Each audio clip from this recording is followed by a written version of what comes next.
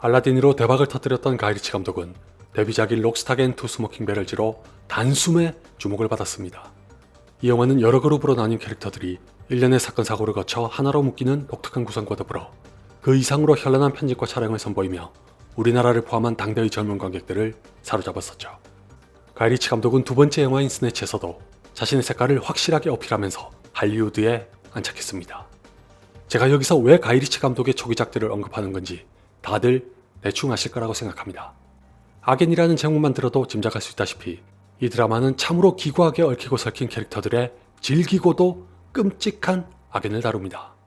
대신에 가이리치 감독이 당시로서는 시대를 앞서간 연출과 편집을 무기로 내세웠다면 악연은 거북이처럼 느리되 꾸준하고 착실한 전개로 시청자의 몰입도를 점진적으로 높입니다. 그렇기 때문에 개인적으로 인내심이 필요했으나 만족도는 상당히 높습니다. 요즘은 영화고 드라마고 간에 잠시라도 한눈을 팔지 않도록 빠른 템포에 주안점을 두기 마련인데 악연은 정반대로 진득하게 서사와 캐릭터의 힘을 믿고 나아가는 뚝심을 보여줍니다. 사실 하나 정도 줄였더라면 더 좋았을 것 같지만 편집의 조율이란 면에서는 이해도 됩니다. 솔직하게 말씀드리면 1화는 보기 힘들었습니다. 전개가 느린 것도 느린 거지만 1화는 거의 전부를 이준 씨가 연기한 인간말종의 시점으로 유지합니다. 말 그대로 이 인간이 얼마나 쓰레기인지 보여주느라 하나를 통째로 하려는 걸 보면서 걱정이 앞섰습니다. 그럴 수밖에 없는 게 제목이 다름 아닌 악연이니 만에 하나 남은 에피소드의 일부도 이런 식으로 각 캐릭터를 소개하는데 써버린다면 본격적인 이야기가 펼쳐지기도 전에 제가 지쳐서 나가 떨어질 것 같았거든요. 아니나 다를까 이화에서는 이광수 씨가 연기한 한상훈의 시점으로 넘어가길래 불안한 예감이 엄습했습니다. 다행히 뭔가 심상치 않은 조짐이 발생한 덕분에 단순하고 직선적인 전개로 점철됐던 1화보다는 괜찮았으나 하나하나의 캐릭터들을 다 들여다봐야 한다는 부담은 여전했습니다. 그나마 총 6화라는 게 위안을 주긴 해서 3화는 또 누가 나오려나 하고 근심 어린 마음으로 마지못해 재생을 눌렀다가 인내는 쓰고 열매는 달다는 걸 절감했습니다. 왜냐하면 3화부터는 제 기호와 달리 남은 캐릭터들을 정성스레 소개하는데 할애하는 게 아니라 다른 노선을 타면서 차례차례 고리를 엮어 수면 위로 끌어내는 방식을 택합니다. 더군다나 사건이 하나둘씩 꼬이고 의문을 갖게 하는 캐릭터들도 등장해 1, 2화의 평면적인 구성에서 벗어나기 때문에 절로 호기심을 갖고 지켜보게 합니다. 이때부터는 과장을 좀 보태서 탄탄대로를 정석으로 달립니다. 1화와 2화에 상당한 시간과 공을 들이면서 각각 인간말종과 한상훈을 중심으로 한 두 사건이 제자리에 뿌리를 튼튼하게 내린 덕분에 3화부터는 그 뿌리에서 영양분을 받고 한데 자라난 가지가 건강하게 쭉쭉 뻗어나갑니다. 돌이켜보면 복선과 트릭도 군데군데 깔아서 집중력을 잃지 않고 본 사람에게는 앞으로 다가올 사건과 반전을 예상하거나 새로이 발견하고 놀라는 재미도 줍니다. 예컨대 제가 이준 씨의 캐릭터를 인간말종이라고 부르는 것도 다 이유가 있습니다. 이 이상은 스포일러라 말씀드릴 수 없으니 넘어가고 아직 안 보신 분들께서 흥미를 가지실 수 있도록 평소보다 좀 길게 줄거리를 말씀드릴게요. 스포일러에 민감하신 분들께서는 지금부터 주의하시기 바랍니다. 막말로 악연의 일원은 인간말종을 지켜보는 것만으로도 가슴이 답답합니다. 이 인간은 딱 봐도 나이를 먹은 만큼 먹고도 직장에 다니면서 한 푼 두 푼 모으려는 생각은 하지 않고 동료에게 돈을 빌리는 걸로도 부족해 사채까지 써서 코인에 투자했다가 도무지 회복이 불가능할 정도로 폭삭 망했습니다. 그런 주제에 돈을 빌려준 동료에게 되려 큰 소리나 치고 있다가 사채업자에게는 찍소리도 못하고 끌려가 한 달 안에 갚으라는 끔찍한 경고를 받고 풀려납니다. 당연히 그 많은 돈을 갚을 수 있을 리 만무했던 인간말종은 아버지가 교통사고를 당했다는 소식을 듣고 고향으로 갑니다. 안 그래도 아버지에게 손을 벌리려던 차에 교통사고가 난 건데 때마침 가해자가 합의를 시도하자 협박과 다름없는 방법으로 돈을 뜯어냅니다. 물론 그렇게 해서 얻은 돈을 아버지에게 다 드리진 않고 적당히 자기 주머니에 넣는 것도 잊지 않습니다. 그럼에도 불구하고 사채를 갚기엔 턱없이 부족해 불안을 감추지 못하던 순간 아버지가 무려 5억짜리 사망보험에 가입하셨다는 사실을 알게 됩니다. 제가 왜 이 캐릭터의 별명을 인간말종이라고 한 건지 이제 아시겠죠? 단 보험금을 타기 위해서는 사고나 질병으로 인한 사망이어야 한다는 조건이 있습니다. 인간말종은 이 조건을 충족시키기 위해 자신의 직장에서 우연히 봤던 조선적인 장길령을 떠올립니다. 직장에서 부당하게 잘린 장길령도 돈이 절실하게 필요하다는 걸 알고 있었기에 대뜸 찾아가 아버지를 죽여달라고 합니다. 장길영은 기가 차면서도 덥석 수락하지만 이 사람도 보통은 아니라 약간의 조사를 통해 자신이 받아낼 몫을 더 챙깁니다. 드디어 지정한 날이 오자 장길영은 인간말종이 우연한 사건으로 CCTV가 없다는 걸 알게 된 골목에서 뺑소니로 위장하려고 차로 인간말종의 아버지를 들이박습니다. 장길영이 그렇게 자신의 아버지를 죽이는 사이 인간말종은 알리바이를 만들기 위해 여기저기 돌아다니다가 경찰이 전화를 받고 아주 기뻐합니다. 내심 환호하면서도 억지로 눈물까지 짜내면서 경찰을 만나 분노하는 연기까지 선보였으나 전혀 예상하지 못했던 말을 듣고 놀랍니다. 아버지께서 교통사고로 돌아가신 건 맞는데 누군가가 고의적으로 그랬을 거라는 정황이 있었기 때문입니다. 자신의 아버지는 절대 그런 해코지를 당할 뿐이 아니라고 반발했지만 우연 아닌 우연으로 목격자가 있었고 심지어 아버지의 시체는 야산에서 발견됐기 때문에 경찰이 볼 때는 단순 사고일 수가 없습니다. 도대체 이게 어떻게 된 걸까요? 목격자가 있는 건 그렇다고 치더라도 아버지의 시체가 산에 묻히는 건 예정이 없었던 거라 인간말종만큼이나 시청자도 당황스러워 자초지종이 궁금해집니다. 악연은 이 지점에서 또 다른 캐릭터인 한상훈으로 카메라를 넘깁니다. 한의사인 한상훈은 여자친구인 이유정에 오늘은 같이 있자는 말 한마디에 이게 웬 떡인가 하고 한적한 곳에서 좋은 시간을 보냅니다. 그 후에 이유정에게 급한 일이 생겨 갑작스레 돌아가야 하게 됐는데 술을 마셔서 운전이 여의치 않은데도 이유정의 눈치를 살피느라 어쩔 수 없이 차를 몰고 갑니다. 이게 화근으로 작용해 한상훈은 결국 인명사고를 내고 절망에 빠집니다. 술까지 마신 탓에 신고는 엄두도 못 내는 중에 급기야 차 한 대가 지나가다가 멈춥니다. 이런저런 말로 잘 구슬려 보내긴 했으나 그 차 안에 있던 두 사람은 애매해서 사진을 못 찍었다는 이상한 대화를 나눕니다. 이 사실을 꿈에도 모른 채 한상훈은 시체를 산으로 가져가려 하고 이유정은 말이 되는 소리냐며 큰 소리로 언쟁을 벌입니다. 그때 하필이면 노숙자 같은 사람이 지나가다가 두 사람의 대화를 듣습니다. 이판사판이었던 한상훈은 노숙자까지 붙잡아 같이 산으로 데려가서 돈으로 입막음을 합니다. 노숙자는 자칫하면 죽게 될 마당이니 돈을 받고 한상훈을 도와 시체를 산에 묻은 후 내려오는데 갑자기 돈이 적은 것 같다며 더 달라고 요구합니다. 한상훈은 별 수 없이 노숙자가 요구한 돈의 2배를 주는 대신 이걸로 깔끔하게 끝내기로 하고 헤어집니다. 자동차의 수리만 잘 끝나면 이대로 무탈하게 마무리될 줄 알았지만 사고 현장에서 마주쳤던 두 사람이 한상훈의 일거수일투족을 감시하고 있어 뭔가 심상치 않은 조짐을 남깁니다.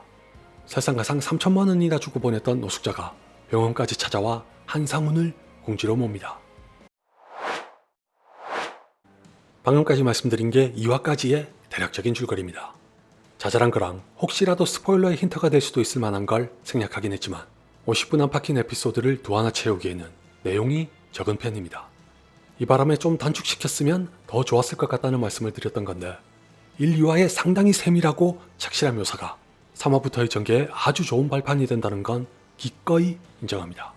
특히 보는 동안에 알아챘던 복선과 보고 나서 깨닫게 된 복선이 이 드라마의 재미를 보강하는데 톡톡한 역할을 합니다. 예를 들어 한상훈이 사고를 내는 과정만 해도 그렇습니다. 여자친구나 남자친구와 함께 드라이브라도 한번 해보신 분들이라면 쉽게 이해할 수 없는 것 때문에 확신은 할 수 없어도 의심의 눈초리는 가실만 합니다. 참고로 이미 눈치채시겠지만 한상훈의 차와 충돌한 사람은 인간말종의 아버지입니다. 이미 장길용에게 한 차례 당하신 분께서 뜬금없이 거기까지 와서 또 당하셨다는 건 2가지의 경우에만 가능합니다. 첫째, 아버지가 죽지 않고 걸어가시다가 불의의 사고를 또 당하셨다. 둘째, 중간에 계획이 없던 다른 누군가의 개입이 있었다. 분명 둘 중 하나일 수밖에 없을 것 같은데 인간말종과 장길용의 대화가 전혀 예상치 못했던 변수로 떠오릅니다. 자신이 요구한 대로 결과가 나오기는커녕 보험금 5억도 날리고 사채업자에게 목숨을 내놓아야 할 지경에 놓여 인간말종이 노발대발하면서 무슨 일을 이따위로 하냐고 따지자 장길용은 딱히 부정을 안 합니다. 그냥 네가 죽이라고 해서 죽였고 어쩔 수 없이 산에 묻었다는 듯이 얘기하니까 저로서는 어리둥절한 동시에 진짜 무슨 일이 있었던 건지 몹시 궁금했습니다. 더 나아가 한상훈의 병원까지 감시하고 있던 두 사람의 정체는 가늠조차 할 수 없었습니다. 인간말종, 장길용, 한상훈, 노숙자, 이유정은 결국 인간말종의 아버지로 엮이게 될 거란 걸 알 수 있었지만 저 두 사람은 무슨 이유로 한상훈을 감시하고 어떻게 해서 엮이게 되는 건지 유추하기가 어려웠죠. 약간의 시간이 흐르고 난 후에 또 새로운 캐릭터가 등장하면서 예상이 가능해졌지만 스포일러의 힌트가 될 수 있으니 여러분을 위해 생략합니다. 아무튼 바로 이런 의혹과 의문이 악연을 재밌게 볼 수 있도록 하는 원동력입니다. 만약에 저처럼 지루한 감이 있으시거나 대다수의 캐릭터가 악인이라 불쾌하고 괴롭더라도 집중력을 잃지 않고 보시면 3화부터는 흥미진진한 사건과 캐릭터가 여러분의 시선을 사로잡을 겁니다. 무엇보다도 하나하나의 캐릭터를 악연으로 엮어내는 솜씨가 아주 기똥차입니다. 아무래도 하나의 이야기에 얽힌 크고 작은 캐릭터들이 10여 명에 이르기 때문에 영화였다면 10중 8구 상영시간의 제약으로 개연성에 무리를 둘 수밖에 없는 데다가 단시간에 지나친 우연의 반복이 거부감을 일으킬 만도 합니다. 반면에 드라마로 나온 악연은 일명 케빈 베이컨의 법칙으로 유명한 6단계 분리이론. 쉽게 말해 6명만 거치면 모든 사람이 연결된다는 이론을 드라마로 구현하느라 느릴지언정 결코 서두르지 않고 물샐 틈 없이 촘촘하게 엮인 그물로 여러 캐릭터들을 속속 건져 올리니까 마치 늪에 서서히 빠지는 것처럼 몰입이 안 될 수가 없습니다. 그리고 일찌감치 우연인지 인연인지 악연인지 모를 관계를 선보여 큰 틀에서 이 드라마를 미리 조망하게 한 각본의 설계도 좋았습니다. 딱 이 정도까지는 말씀드려도 괜찮을 것 같은데 줄거리에서 말씀드린 인간말종의 아버지가 당한 교통사고의 가해자는 보험사에서 심사를 담당하는 팀장입니다. 가뜩이나 사고인지 사건인지 모를 상태에서 보험금을 청구하러 간 것 자체가 난관인 판국에 담당자가 하필이면 자신이 협박하다시피 해서 합의금을 더 뜯어냈던 사람이라면 제 아무리 인간말종이라도 당황스러울 수밖에 없겠죠. 저 한 장면이 우리에게 시사하는 건 옷깃만 스쳐도 인연이라는 옛말입니다. 그만큼 사소한 만남도 소중한 인연으로 여겨 예를 갖추고 대해야 한다는 걸 의미하지만 인간말종은 다른 사람도 아닌 아버지의 사고에서 피해자와 가해자를 모두 기만하면서까지 자신의 이익을 쫓았습니다. 이런 인간에게 악연의 인과응보가 따르는 건 천벌과 다름없지 않을까요? 여기까지 말씀드린 게 아직 악연을 안 보신 분들께 조금이라도 흥미를 드렸기를 바라며 지금부터는 중요한 스포일러가 있으니 주의하세요. 가급적이면 항상 스포일러 없이 리뷰하려고 하지만 악연은 이걸 빼면 얘기하는 게 재미없습니다. 이미 보신 분들이시라면 인정하시죠? 그렇다고 또 다 풀 순 없으니까 몇 가지만 말씀드릴게요. 도입부에서 화상으로 입원한 환자의 정체는 눈치가 빠르신 분이시라면 대번에 아셨을 것 같은데 개인적으로 확신을 가진 건 인간말종과 노숙자의 이름이 단 한 번도 안 나왔기 때문입니다. 어느 순간에 이걸 알아차리니까 노숙자가 인간말종으로 신분을 세탁하려고 한다는 걸 알 수 있었습니다. 대신에 무슨 이유로 그런 짓까지 하는 건지 화상도 의도된 건지는 의문이었다가 나중에 한상훈이 피살됐다는 게 밝혀지면서 사건의 모든 실체가 드러납니다. 노숙자는 이 드라마에 나오는 여러 캐릭터 중에서도 나쁜 쪽으로의 임기응변이 실로 대단합니다. 갑작스레 자신에게 들어온 시체를 봤을 때와 장길용에게 사로잡힌 인간말종을 봤을 때 어떻게 그런 계략들을 단숨에 떠올릴 수 있는지 저로서는 이해가 안 되고 굳이 이해하고 싶지도 않습니다. 어렸을 때부터 그 좋은 머리를 올바르게 썼더라면 다른 삶을 살 수도 있었을 텐데 악연을 낳았던 잔머리가 그 악연을 꺼내는 또 하나의 잔머리로 이어져 인광보로 돌아올 줄은 꿈에도 몰랐을 겁니다. 시작이 있는 곳에 끝이 있다더니 노숙자의 인생이 딱 그 꼴이네요. 이유정은 아까 말씀드렸던 대로 진작에 의심했습니다. 다른 의도가 있지 않고서야 운전 중에 그렇게까지 하는 건 자살 시도와 마찬가지라 의심할 수밖에 없죠. 돈만 벌 수 있다면 비위는 또 어찌나 좋은지 시체도 세운다는 말에 기가 찼습니다. 한상훈의 경우는 개 중에서 그나마 참작의 여지가 있는 캐릭터라 도망가서 반성하고 살아갈 수 있는 기회까지 부여했으나 똥 묻은 개가 겨 묻은 개를 나무란다는 말처럼 자신의 잘못은 인지하지 않은 채 이유정을 향한 분노에만 사로잡혀 화를 자초해 자업자득으로 끝납니다. 곧 태어날 아기와 함께 남겨진 부인에게는 다행인 건지 불행인 건지 모르겠지만요. 윤정민은 이 드라마에서 유일하게 모호한 정체성을 가진 캐릭터입니다.